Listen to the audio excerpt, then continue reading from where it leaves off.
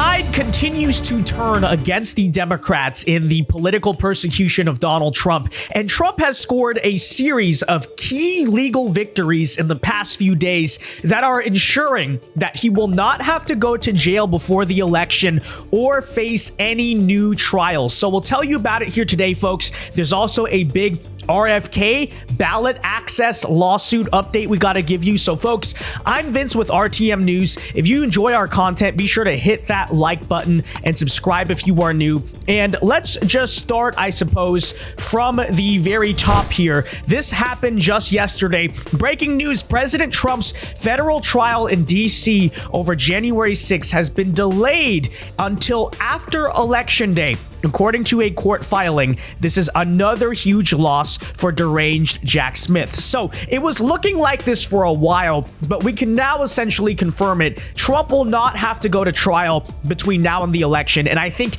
the Democrats have to be incredibly unhappy about this, because their original strategy, if you'll remember, was essentially to keep Trump off the campaign trail for the entirety of the 2024 cycle, right? You do that New York trial in the early summer, and then another one in the late summer, another one in the fall. Next thing you know, the entire campaign, he's been stuck in court, and now the entire thing has fallen apart. And obviously, if he wins this election, then this trial will not even really have to happen. But here is the breaking news story as of today that is arguably even bigger. It is that sentencing has now been moved to November 26th, 2024. Now, part of me doesn't know how to feel about that, because I feel that if Trump were sentenced before the election, as you've seen with a lot of this political persecution stuff, it may actually end up helping him in the election. I think there's a case to be made that by pushing it back and, hiding the fact that, hey, the Democrats are going after him. And then I would further argue that before this, Trump had a little bit of, I guess you would say, a shield in the sentencing because of the fact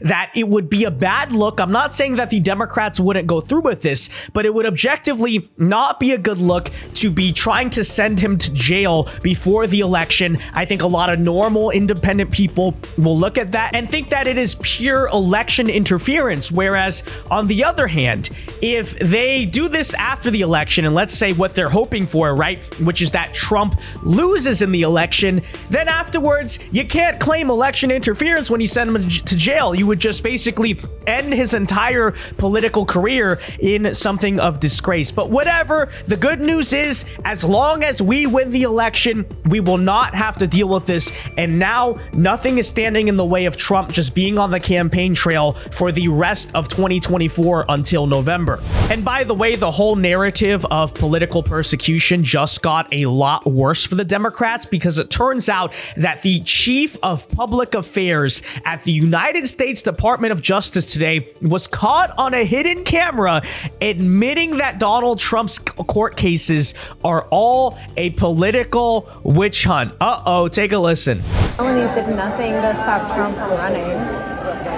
No, in fact, they made him more relevant. Did that backfire? Sure did. And The whole thing is disgusting. They're just out to get him. And that's why I like the surging of the polls. It's a perversion of justice. He was stacking charges and rearranging things just to make it fit a case. No, to be honest with you, I think the case is nonsense. State levels are wild. I think the case is nonsense. It's all, look, he's going crazy here. They're like idiots. They don't care. They're all political. So yeah, this guy's probably going to try to lock him up, and it's going to be ugly. They're so obsessed with getting him. who is they? Alvin Bragg, yeah, who I've known for 15 years. He used to work in my office. Before he decided to prosecute Trump, did you know who he was? You do now. I'm not sure what he wants to be, but I know he's not happy just being the DA of New York County. So now he's very ambitious. Every real estate person in New York does what he did. Nobody's ever been charged with this.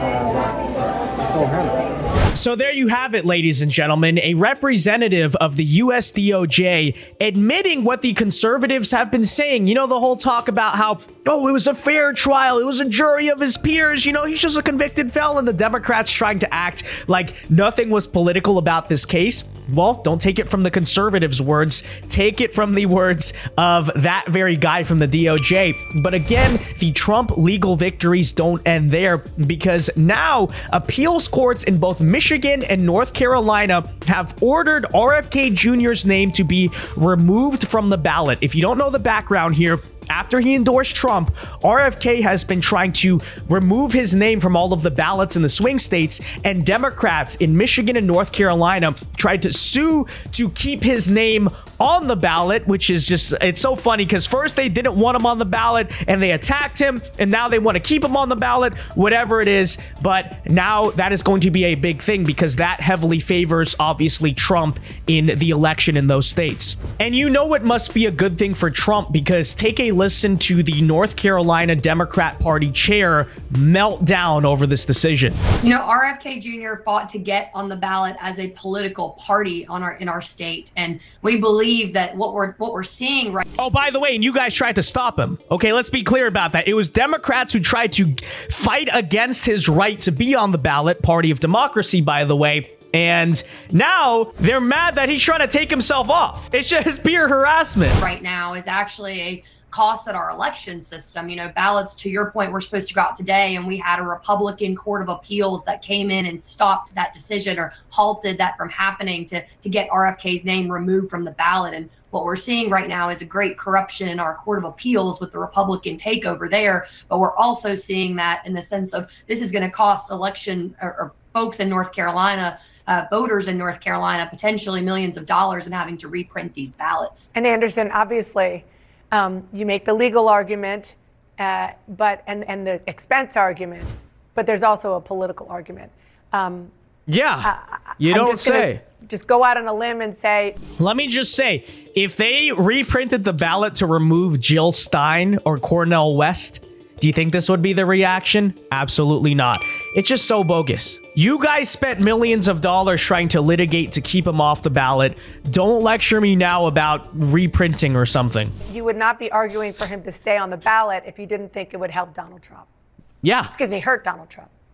We're arguing for him to stay on the ballot in the sense of that ballots are supposed to go out today. It's egregious, in my opinion, that a court of appeals came down with the decision that on the day that ballots are supposed to go out to stop this. It's interfering with our election system and the integrity of it right now, which is why we're fighting back against this. Well, that is just so wildly dishonest, but I think the conclusion we can ultimately reach is that Democrats are in a little bit of a panic right now because nothing they planned was working. Hey, we're going to win in court. We're going to send Trump to jail. I'm going to put him on trial. We're going to keep RFK on the ballot. None of these things are working. And take a look at some of the current models. For instance, Trump is now at a 60.1% chance of winning in Nate Silver's 538 forecast, and that is his highest margin since July 30th. Harris now all the way down to 39%, and in Polymarket, Trump has widened his lead to 7 points in the betting odds against